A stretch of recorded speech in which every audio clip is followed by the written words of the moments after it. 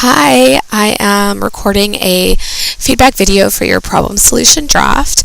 As you can see, I've got your paper pulled up on my computer, and the purpose of this video feedback is to address kind of the overall how you're approaching your draft to the assignment in respect to the assignment, and kind of focusing on the global, large scale, how are you fulfilling the assignment criteria right now, and any large scale revisions you might need to make. And then I might point out like a few sentence level or APA things here and there, but I won't be focusing on that, so it's going to be mostly up to you to kind of focusing on the editing part of this. But so far your APA looks great. Your headers are perfect. Cover page looks good, and your my APA notes for you are predominantly very minor punctuation things. So you chose the topic of the problem of sexual abuse of U.S. college students. So you have a good, well, not a good problem, but I mean you chose a problem that works in the context of the problem solution paper. Excuse me, I'm sorry. And so I've kind of looked through your paper, and in terms of like organization and how you're approaching it, and by it I mean the problem solution criteria, you're doing a good job. And I'm not surprised because you always do great work. So I think your introduction, I have no notes for it. I think it's great. You introduce the topic effectively. You integrate evidence that is useful. You address the problem, and your kind of thesis statement focuses on this is a problem and we need a solution. So I would leave your intro. I wouldn't change it. I also think your body paragraphs are good. The main large-scale note that I'm going to focus on is your call to action. But before I get to that, your paragraphs before you get to the call to action are good. I don't have a lot of notes on them. There's just very minor notes. I think you do a fine job of I'm trying to think of if your topic sentences need addressed, but I think they're okay. So for example, like your topic sentence for this paragraph, students who are victims of sexual assault are often perpetrated by their fellow classmates. And I think that's fine, because you're kind of addressing like the landscape, as you call it, of what sexual assault looks like on U.S. college campuses. Tangent, some minor notes. You want to put the commas on the inside of the quotation marks. And then you're, again, very minor. You want to make sure you have uniform spacing, because like it's one space between paragraphs between sentences. Like you have one there, but you didn't have one here. Now I'm wondering why this is underlined. Anything less than an expulsion is seen as a lack of caring from higher education students. It's probably underlined because it's passive voice. Because the subject of this sentence, which is the subject is what performs the verb or the action onto an object. So the subject would be higher education institutions, and I'm trying to think of, so it's anything, I'm just going to try to rewrite it and see what happens. Anything less than an expulsion is seen as a lack of caring from higher education institutions. So if we put the subject at the beginning,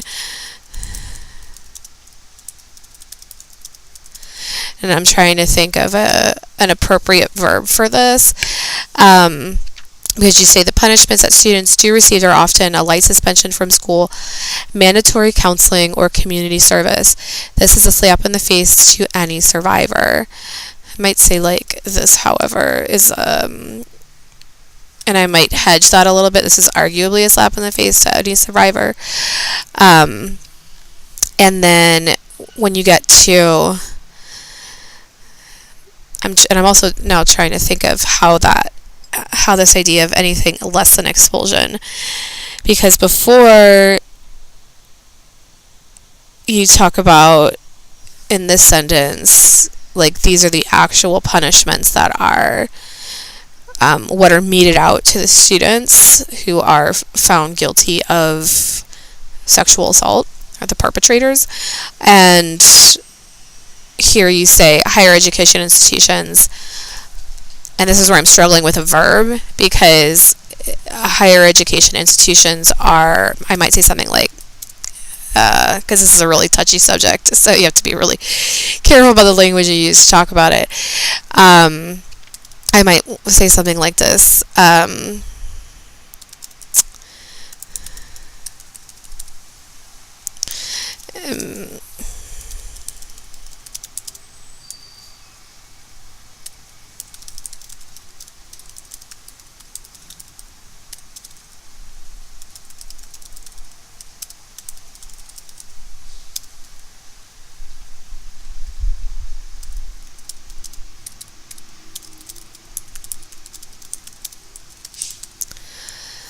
So I think that's the meaning of this. That was just underlined because it was passive voice. So here I tried to give a concrete subject followed by the action, and then the object is the punishment, and then there's lots of qualifiers about that punishment.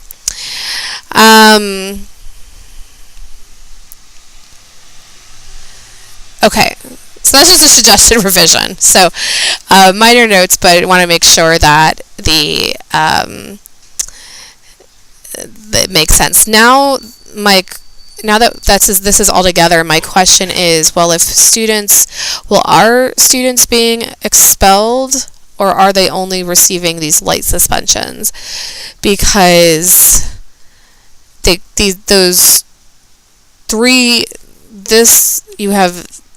you have this sentence, then you have this transitional sentence, and then you have this sentence that I just wrote, and I may be understanding your meaning incorrectly, so this might be where I'm getting confused.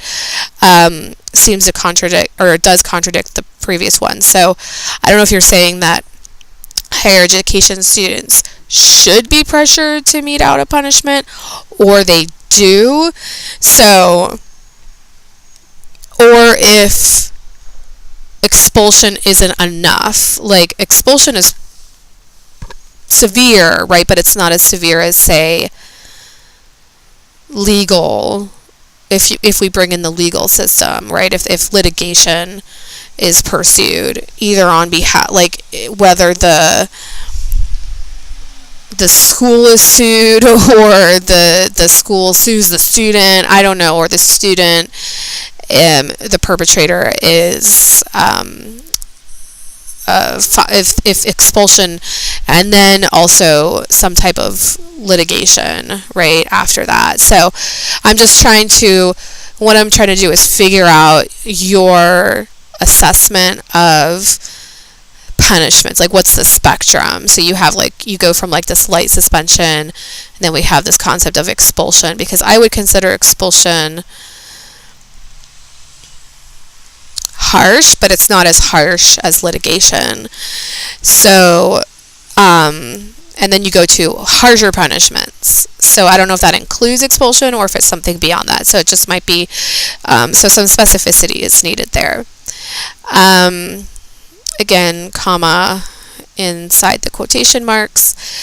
I think you mean exacerbated here, and not exasperated. My mom confuses those all the time. So, and otherwise, I think the content of this paragraph is fine. It's more, like, I'm more easily able to follow this one than the previous paragraph, just because some specificity is missing from that previous paragraph that I was looking at more closely. Okay, and then you have this paragraph on right? The same individuals who are entrusted to educate and look out for the well-being of students are sometimes the offenders themselves. So here you get into the problematic relationships between educators and students, and how that can be sexual assault. So, and I know from experience, because in my 15 plus years in higher education, there have been quite a number of teacher-student relationships that were not appropriate, and I have I've known of many Title IX cases that have gone through this type of thing. So it's definitely prevalent.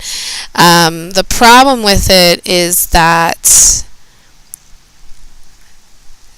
the rules that govern in institutions, the rules that govern relationships between teachers and students are very vague. It's not vague, say, like, if it's valid, like this person, like if a teacher and a student are in a relationship and the student has no problem, but with that, and they've consented to that, like that's one thing. And this is why it's muddy territory, because it's all adults, and that we're talking about. It's often frowned upon, like if the student is your actual student and there is a relationship that is still often, I've seen that happen, and that was not punished. So, although it's kind of looked down upon, so it's just not good for your reputation as an educator. An additional problem with this also is that there can be, I can't think of the word I'm looking for, but yes, there can be sexual assault on behalf of an educator who is sexually assaulting a student. However, there's also, it's like a two-way bad blackmail relationship. Like, it's not healthy, essentially, because the educator can blackmail the student, and the student can also blackmail the educator.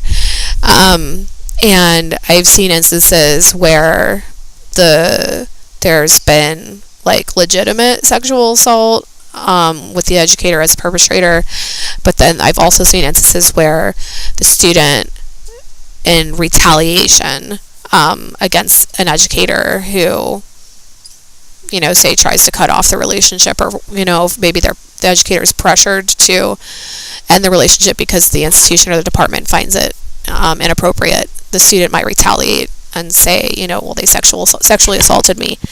So it can be devastating for the educator or the student, depending on the situation. So, but I think this here, yes, but you might want to include some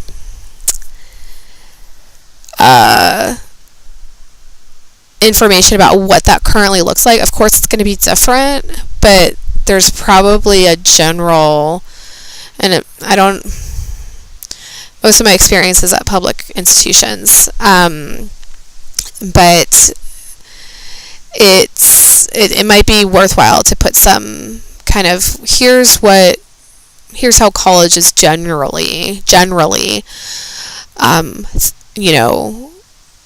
think about or consider, or relationships between educators and students,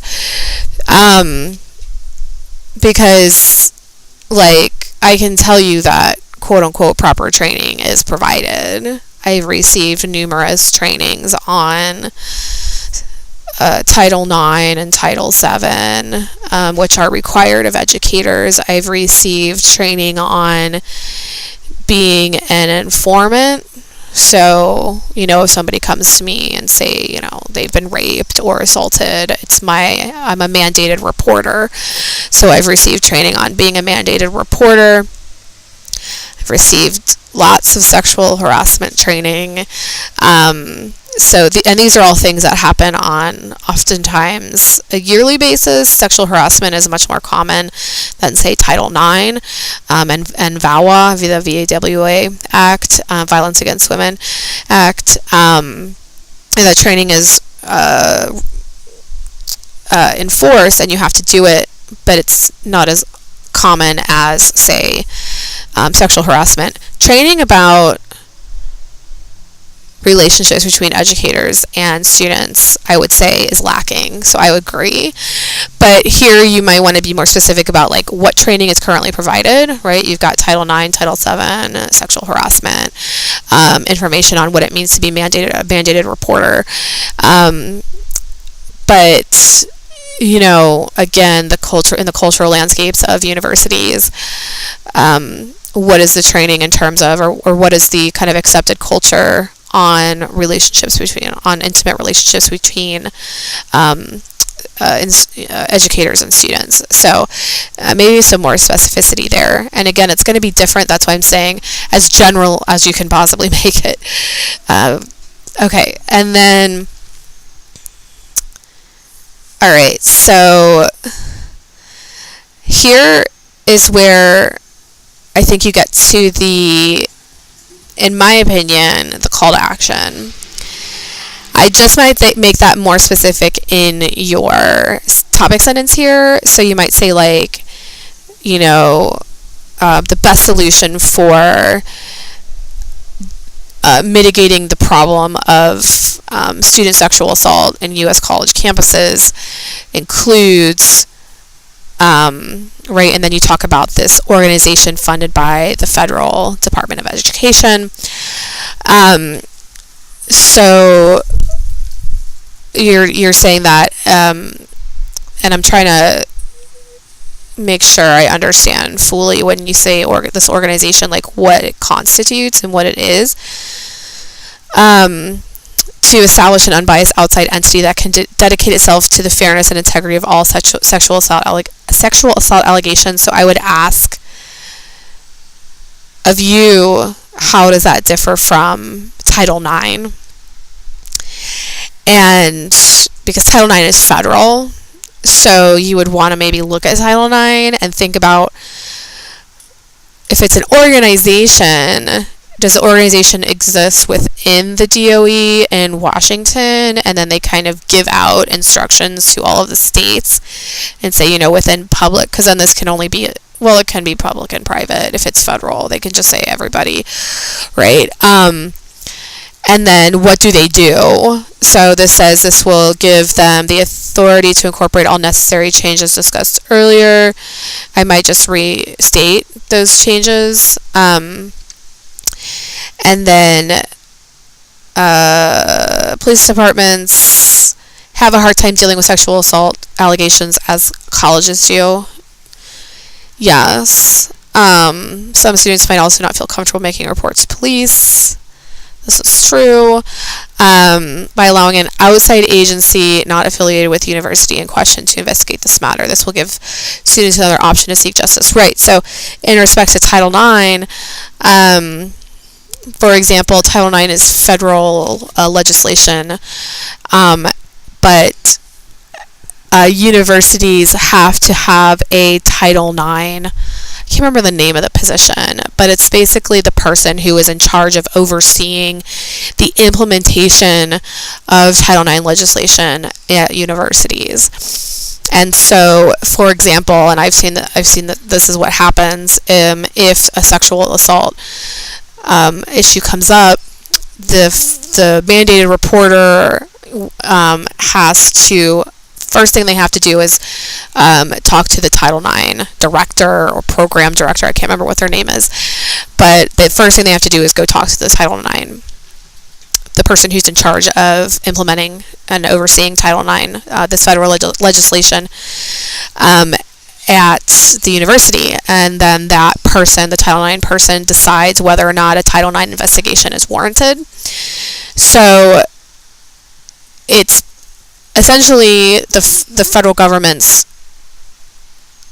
doing, I think, what you're kind of suggesting. It's just, and because if we think about how that would work, like the Department of Education says, okay, this is legislation. How do we then implement that legislation across thousands of universities? You're going to have somebody on site, you can't have people calling Washington, like all these people calling Washington all the time, because it just probably wouldn't be the most effective way. So I'm just trying to think of how your solution might be different than Title IX. Like maybe Title IX is not doing the best, or maybe it needs to do more. I mean, I would just recommend looking at Title IX and VAWA, and then looking at the role of Title IX, the people who are in charge of Title IX investigations at universities. Now, I think, and this is just based on my experience at a variety of universities, the Title IX person is usually somebody, they receive that position because they usually already work in a different capacity in the university, and it's usually a rotating position, like a department chair, or it's because it's basically a service. It's a service position. So, for example, like this person might teach classes and also be the Title IX coordinator. So you might be suggesting that the Title IX person needs to be somebody who is not working at the or the institution. And like I said, I don't know how it is in every case. This is just in every school I've ever worked at, this is how it's been, is they have given that position to somebody who already works for the university. And that might be a conflict of interest. So, because they know people in the university community.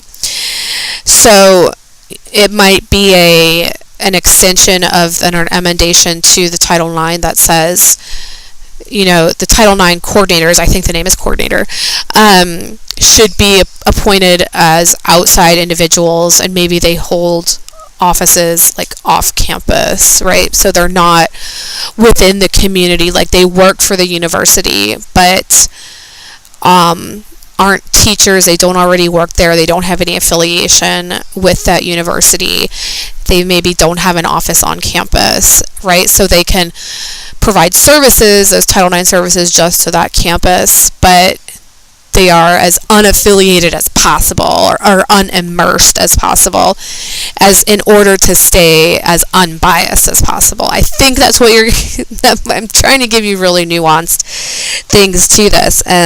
But also, again, I don't know. I just thinking in general that tends to be how the Title IX coordinator position works. And that, in my mind, has created bias in the past. I've seen educators go down pretty aggressively. People who've worked there for 30, 40 years, worked at an institution for 30, 40 years, go down for something that I don't think is true. So, it can cause a culture of toxicity if the Title IX coordinator already has kind of a quote-unquote bias against someone in the community or particular colleges in the community, like, oh, this person is from engineering, we all know they're terrible, right? I don't think that. I'm just saying maybe they feel that way. Okay, but that's it. That's my major notes for you. References page looks great. Sorry, I kind of drew on. I just wanted to give you some thoughts on where you might go with that. Anyways, if you have any questions, please don't hesitate to let me know, and I look forward to reading your final.